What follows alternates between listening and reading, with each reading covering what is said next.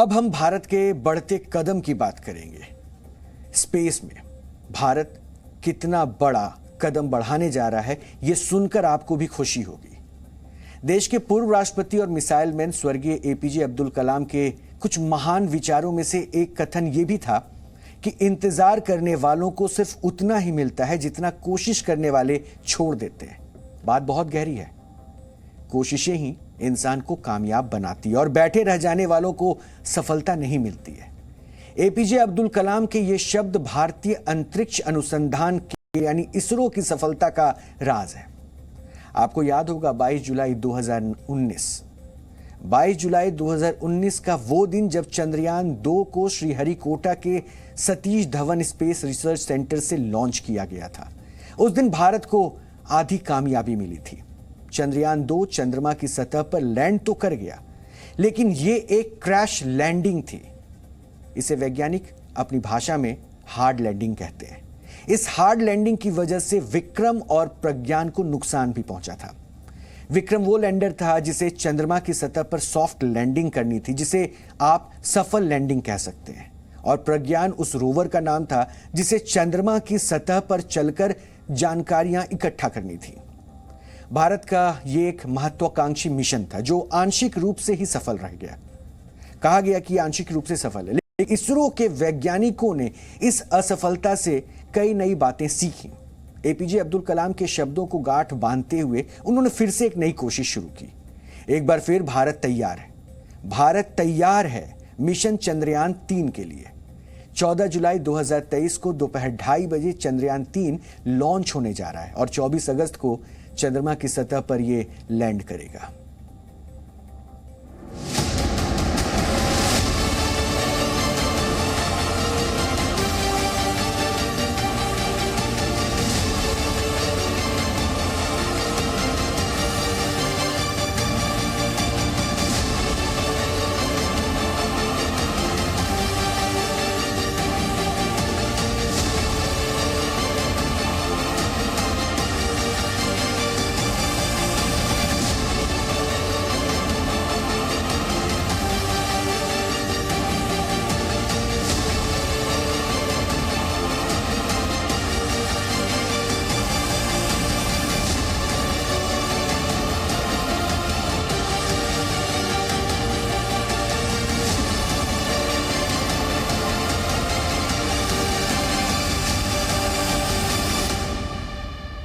चंद्रयान 3 को लॉन्च करने के लिए इसरो पूरी तरह से तैयार है। आइए आज हम आपको बताते हैं कि दरअसल ये लॉन्चिंग कैसे होती है।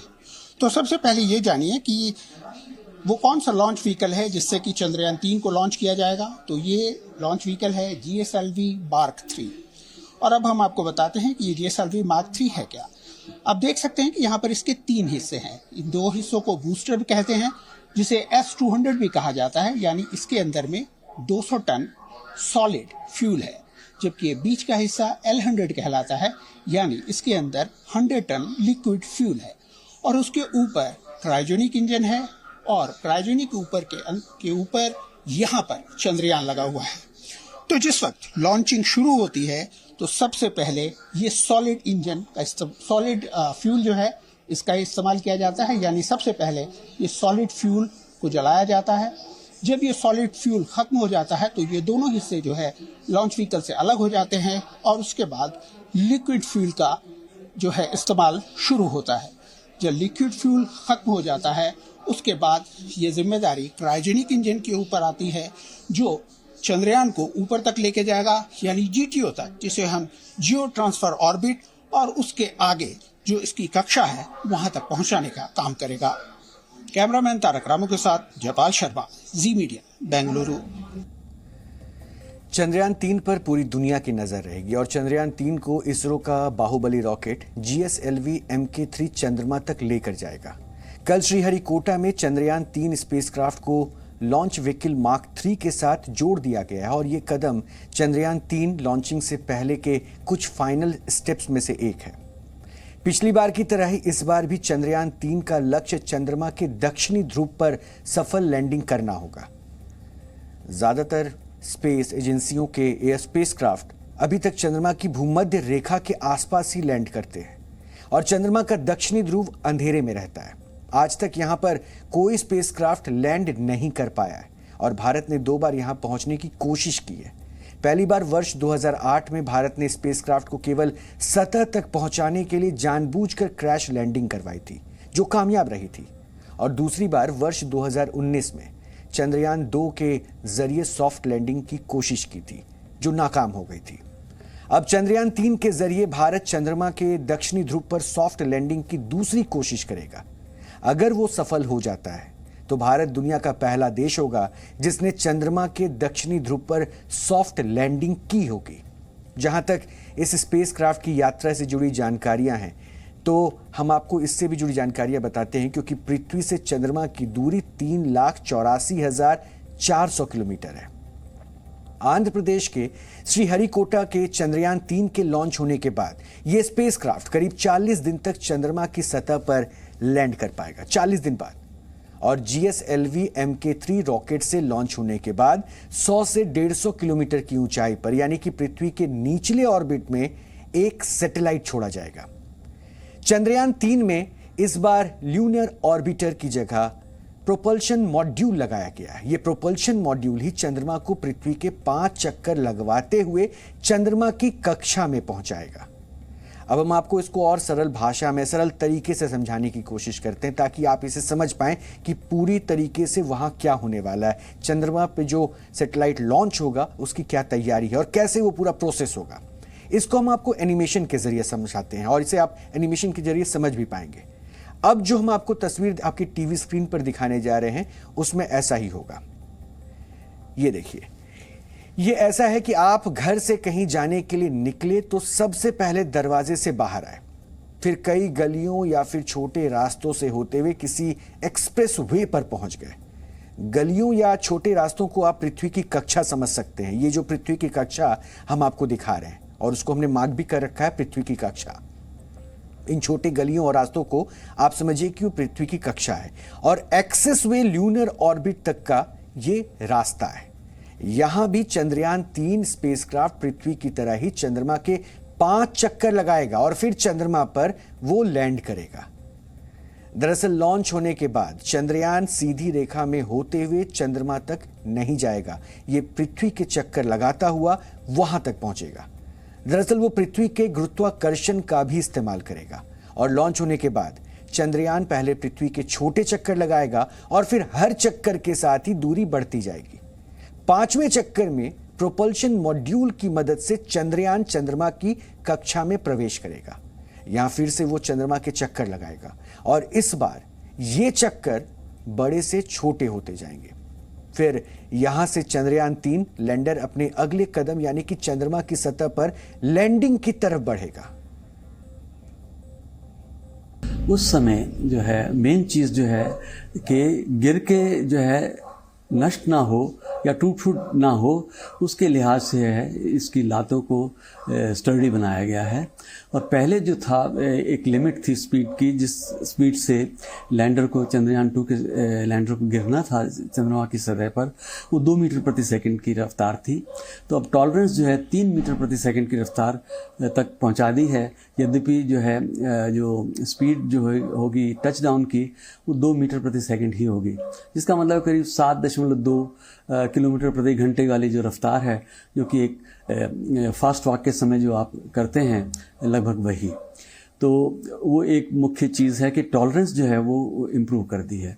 इसके अलावा जो लैंडर में जो है एडिशनल जो है पोजीशन के लिहाज से जो जिस हिसाब से चंद्रमा की ओर जाता जाएगा, उस लिहाज से समय समय पर क्षण क्षण में किस प्रकार से इसकी ओरिएंटेशन में बदलाव करना है, इसके थ्रस्टर्स को कितना हद तक हमने थ्रॉटल करके पावर अप करना है, वो सब जो है उसका जो है पूरी तरह से जो है आकलन कर लिया गया है। और लैंडर में कैमरे लगे हैं, इसकी लेग्स में कैमरे लगे हैं, और जो लैंडर का जो कैमरा है वो क्षण क्षण पे जो है तस्वीरें लेता जाएगा। और जो लैंडर के अंदर जो है कंप्यूटर में ऑर्बिटर के द्वारा जो हाई रेजोल्यूशन इमेजेस ली गई हैं, वो पूरा की पूरी एक लाइब्रेरी स्टॉक रहेगा। पिछली बार चंद्रयान के लैंडर विक्रम ने हार्ड लैंडिंग की थी, जिसकी वजह से यह मिशन उस वक्त फेल हो गया था। इसका संपर्क भी इसरो स्टेशन से टूट गया था। इस बार चंद्रमा पर सॉफ्ट लैंडिंग की पूरी तैयारी की गई है। लैंडर के बारे में हम आपको कुछ विशेष जानकारी भी आज बताना चाहते हैं। आपके साथ वो जानकारी हम साझा करना चाहते हैं क्योंकि चंद्रयान 3 का विक्रम लैंडर 1750 किलोग्राम वजनी है और इस लैंडर में 4 इंजन लगे हुए हैं। इन्हें थ्रस्टर्स कहा जाता है और हर इंजन 800 न्यूटन की ऊर्जा पैदा करता है। इसके अलावा सटीक लैंडिंग और बैलेंस बनाए रखने के लिए विक्रम लैंडर के चारों दिशाओं में 8 छोटे इंजन भी लगाए गए हैं और ये छोटे इंजन स्पेसक्राफ्ट को दिशा देने और घुमाने में मदद करेंगे। इन छोटे इंजनों को लैंडर प्रोपल्शन सिस्टम कहते हैं और इन्हीं की मदद से विक्रम लैंडर को चांद की सतह पर 2 मीटर प्रति सेकंड की गति से नीचे उतरने की कोशिश होती रहेगी और गति ज्यादा होने की वजह से ही पिछली बार विक्रम लैंडर सॉफ्ट लैंडिंग नहीं कर पाया था, क्रैश हो गया था। लेकिन इस बार ये छोटे इंजन लैंडर को सतह पर उतरने में मदद करेंगे और 0.5 मीटर प्रति सेकंड की गति से होवर करेंगे। चंद्रयान 3 के लैंडर में लैंडिंग की लोकेशन के कोऑर्डिनेट्स पहले से फीड रहेंगे और इसमें कई तरह के सेंसर्स भी लगे होंगे जो लैंडिंग कराने में मदद करेंगे। चंद्रयान 3 की लैंडिंग चंद्रमा की सतह से 7 किलोमीटर की ऊंचाई से शुरू होगी। 2 किलोमीटर की ऊंचाई पर आने के बाद सेंसर्स अपना काम शुरू कर देंगे। सेंसर के दिशा निर्देशों के हिसाब से ही लैंडर अपनी दिशा, गति और लैंडिंग साइट निर्धारित करेगी। देखिए, रोवर जो है वो लैंडर के अंदर ही है और जब हम उम्मीद करते हैं और पूरी यकीन है कि लैंडर इस बार बहुत सुरक्षित रूप से लैंड करेगा, क्योंकि चंद्रमा की धरती हम जब दूर से फ़ोटो लेते हैं तो जो छोटे छोटे क्रेटर्स हैं या वहाँ जो बोल्डर्स हैं वो सब हमको नहीं दिखाई देते। वो तो बहुत नज़दीक जाने के बाद ही पता चलता है। तो वो सारी जो है जांच पड़ताल जो है उतार के समय लैंडर ने कर ली है और हम मान के चलते हैं कि वो एक सही जगह पर आकर के लैंड कर गया है। तो उस समय जो है इस प्रोसेस में काफ़ी सारी धूल उड़ेगी। ये बड़ी फाइन किस्म की धूल है चंद्रमा की सतह पर, इसको रेगोलिथ कहते हैं और ये टेल्कम पाउडर से भी फाइन है। तो इसको सेटल होने में ये इसके सोलर पैनल्स पर सेटल हो सकती है और इसकी बॉडी पर सेटल हो सकती है। तो उसको जो है उस लिहाज से जो है वो जो आगे जो का कार्यक्रम है उसमें थोड़ा सा समय लगेगा। चंद्रयान 2 मिशन को दुनिया फेल मिशन मानती है, लेकिन इस मिशन ने भी भारत को कई महत्वपूर्ण जानकारियां दी थी। वैज्ञानिकों की नजर में चंद्रयान 2 फेल मिशन ना होकर आंशिक रूप से सफल मिशन था। भले ही लैंडर विक्रम चंद्रमा की सतह पर क्रैश हो गया हो, लेकिन चंद्रयान 2 का ऑर्बिटर पूरी तरह से अपनी कक्षा में स्थापित हो गया था और तभी से अब तक वो चंद्रमा से जुड़ी कई महत्वपूर्ण जानकारियां भेज चुका है। यही नहीं, चंद्रयान 2 के ऑर्बिटर की चंद्रयान 3 मिशन में भी एक महत्वपूर्ण भूमिका रहेगी। तो चंद्रमा पर पानी है ये तो पता चला, उसकी ज़मीन में सतह के नीचे पानी है इसके पूरे अंदाज हैं। और अब जो है इस प्रकार जब ये लैंडर वहाँ लैंड करेगा जिसका नाम विक्रम है, डॉक्टर विक्रम साराभाई के नाम पर, तो कितनी परिमाण में पानी है मौजूद वो हमें पता चलेगा। तो भविष्य के जो मिशंस होंगे उनके लिहाज से हम ये मान के चलते हैं कि पानी सफिशेंट मात्रा में हमें मिलेगा। एक अंदाज है कि अगर 1 टन चंद्रमा के पदार्थ को हम निचोड़ें तो करीब 1 लीटर पानी तो हमें मिलना चाहिए। तो आप समझिए कि और ये पानी भी जो है इस प्रकार से नहीं है कि चंद्रमा के अंदर कहीं सागर हैं या झीलें हैं। देखिए कि सूर्य से जो सोलर विंड आती है उसमें प्रोटॉन्स हैं, इलेक्ट्रॉन्स हैं, वो चंद्रमा की ज़मीन पर इम्पैक्ट करते हैं। अरबों साल से जो है वो इम्पैक्ट हो रहा है। तो चंद्रमा की सतह पर जो पदार्थ है उसके साथ रिएक्शन होती है, तो पहले हाइड्रोक्सिल मॉलिक्यूल्स बनते हैं, फिर उसके बाद पानी बनने की संभावना हो जाती है। चंद्रमा के दक्षिणी ध्रुव को the dark side of the moon कहा जाता है और इस तरफ आज तक किसी ने भी अपना स्पेसक्राफ्ट नहीं उतारा है। भारतीय वैज्ञानिकों का मानना है कि चंद्रमा के दक्षिणी ध्रुव पर पानी की मौजूदगी है और इसके संकेत अलग अलग देशों के ऑर्बिटर्स ने भी दिए हैं। इसलिए भारत के लिए चंद्रयान 3 एक महत्वाकांक्षी मिशन है और ऐसा माना जाता है कि अगर कभी चंद्रमा की कक्षा में कॉलोनी बसाने की योजना बनी तो उसके लिए सबसे मुफीद जगह dark side of the moon यानी कि दक्षिणी ध्रुव ही होगी। और इसलिए चंद्रयान 3 का सफलता होना यानी उसका सफल होना भारतीय ही नहीं बल्कि पूरी दुनिया की नजर में, हर एक हिंदुस्तानी ही सिर्फ इसे नहीं देख रहा है, पूरी दुनिया भी देख रही है। वो इसे सफल होता हुआ देखना चाहते हैं। चंद्रयान 3 मिशन की कामयाबी के कितने चांस हैं, हमने इस पर इसरो के चेयरमैन एस सोमनाथ से भी बात की। इस वक्त हमारे साथ इसरो के चेयरमैन डॉक्टर एस सोमनाथ हैं। आइए जानते हैं कि क्या तैयारियां हैं। सर, सबसे पहले तो 14 जुलाई जो है डेट अनाउंस हो गई है, किस तरह की तैयारियां हैं और किस तरह से ये लॉन्च जो है चंद्रयान 3 का चंद्रयान 2 से अलग है? इसी बार हमने एक सेम कॉन्फ़िगरेशन है, हमारा लॉन्चर LVM-3 है, उसमें चंद्रयान 3 LVM में जुड़ा है। आज ये लॉन्च पैड में चला गया और एंकर भी किया। हमने जो तैयारी हो रही है सभी 14 जुलाई की लॉन्च करने की उद्देश्य से ही है। हमारा विंडो है 2 अप टू 19 है, तो कई दिन any day we can launch, but 14th first possibility. हमने कई इम्प्रूवमेंट किया है इसी बार। चंद्रयान 2 से 3 तक हमारे लैंडिंग का स्पीड अधिक 2 मीटर पर सेकंड से 3 मीटर पर सेकंड तक आए तो भी क्रैशिंग नहीं होगा। हमारे एनर्जी अब्सॉर्प्शन कैपेबिलिटी तो इंक्रीज किया है।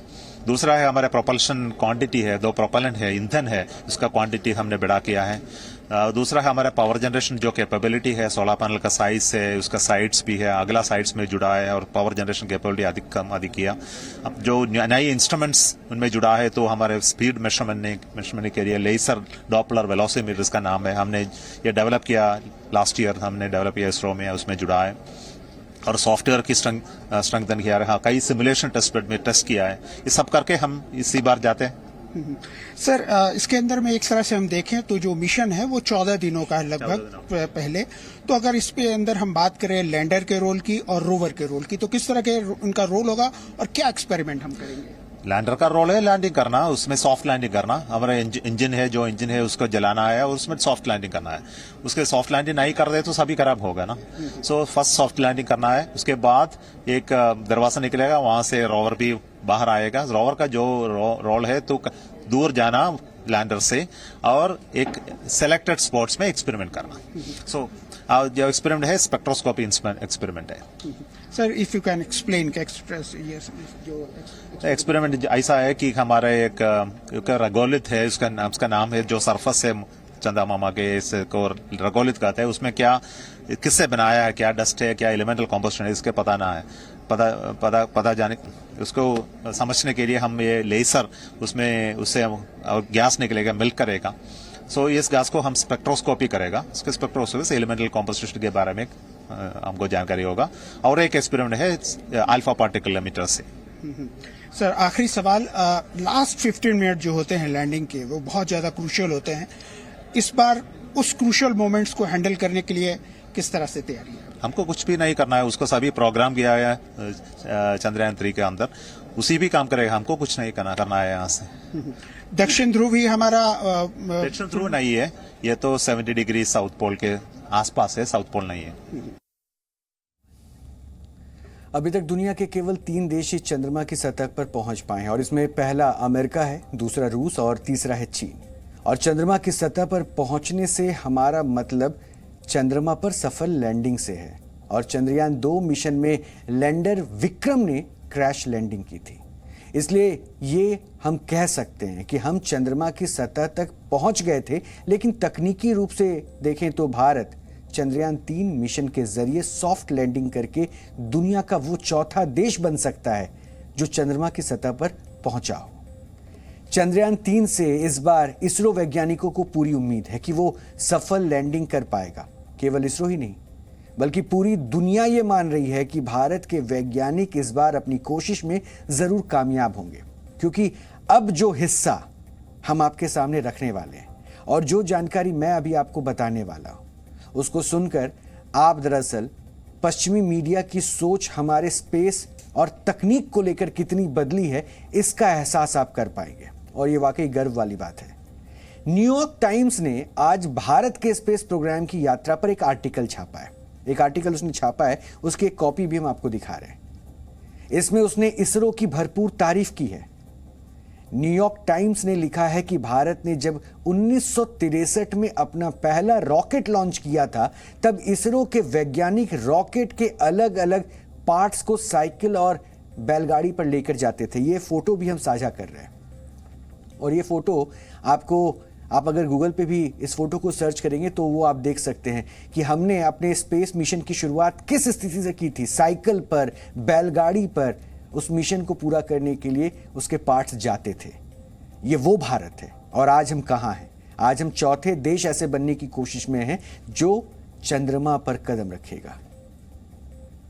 न्यूयॉर्क टाइम्स ने भारत के स्पेस सेक्टर के लिए बनाए गए स्टार्टअप्स इकोसिस्टम की तारीफ की है और ये स्टार्टअप इकोसिस्टम मोदी सरकार के वक्त में ही लाया गया था। हालांकि उस वक्त भी विपक्ष ने इस पर कई सवाल उठाए थे। आपको बता दें कि भारत ने वर्ष 2020 में स्पेस सेक्टर में प्राइवेट कंपनियों के लिए भी मौके खोल दिए थे। महज 3 वर्ष में भारत में करीब 150 स्पेस स्टार्टअप्स अलग अलग क्षेत्रों के लिए काम कर रहे हैं। ये एक शुभ समाचार है और आने वाले तकनीक में और आने वाले स्पेस प्रोग्राम में भारत के सशक्त होने की एक तस्वीर भी पेश करता है। भारत के स्पेस सेक्टर के स्टार्टअप्स में पिछले वर्ष 1,000 करोड़ रुपए से ज्यादा का निवेश किया गया और वर्ष 2030 तक पूरी दुनिया में 30,000 से ज्यादा सैटेलाइट लॉन्च किए जाएंगे।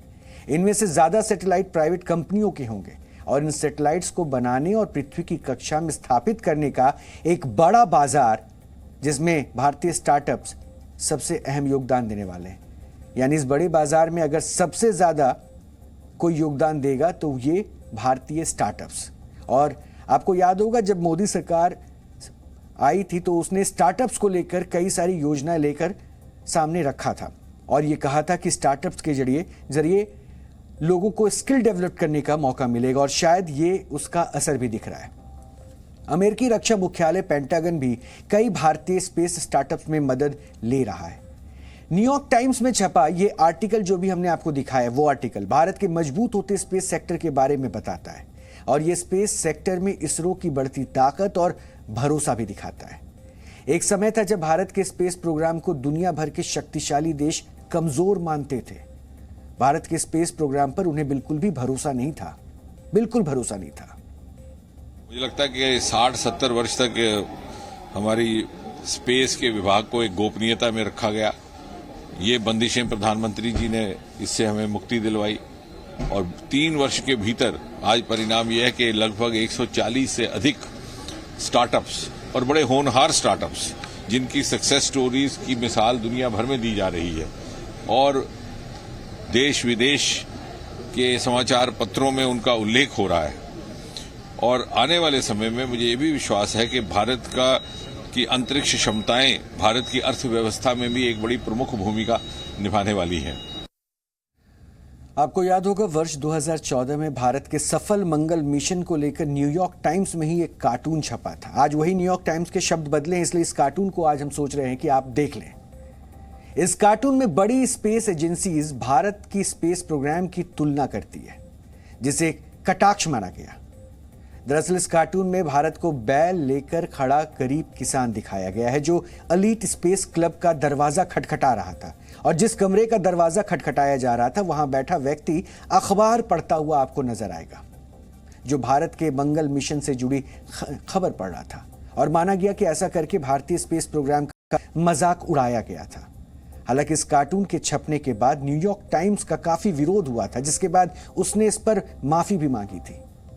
लेकिन एक वो दिन था और एक आज का दिन है जब वही न्यूयॉर्क टाइम्स भारत के स्पेस प्रोग्राम और स्पेस सेक्टर के भविष्य को देखते हुए तारीफों के पुल बांध रहा है। इसलिए मैंने कहा था कि अब जो जानकारी हम आपके साथ साझा करेंगे उसको सुनने के बाद आपको भी गर्व की अनुभूति होगी और ये भारत के स्पेस मिशन पर बढ़ते कदम की जानकारी आपको भी खुश करेगी। जी न्यूज़।